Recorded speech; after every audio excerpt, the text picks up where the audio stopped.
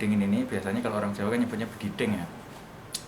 Nah, bediding sendiri ini adalah fenomena yang disebabkan oleh minimnya cakupan awan, atau karena cakupan awan di atas Banyuwangi ini sedikit begitu akibat masuknya udara dari Australia yang sifatnya kering dan dingin, maka panas matahari yang biasanya ditahan oleh awan itu akan langsung lepas ke atmosfer kembali begitu. Jadi tidak ada yang ditahan di bumi sehingga suhunya cenderung lebih dingin gitu.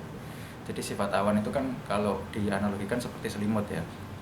Jadi ketika siang hari matahari itu memanaskan bumi, menghangatkan bumi, nah nanti akan melepaskan panasnya lagi begitu. Nah, ketika ditutupi oleh awan itu tadi, maka panasnya itu akan tertahan di bumi sehingga akan cenderung hangat. Nah, karena saat ini sudah memasuki musim kemarau dan pertumbuhan awannya sedikit, maka selimut ini tadi itu semua hilang begitu. Jadi panas yang tadinya keluar dari bumi ini akan lepas ke angkasa begitu, sehingga tidak ditahan di bumi lagi dan suhunya menjadi dingin begitu.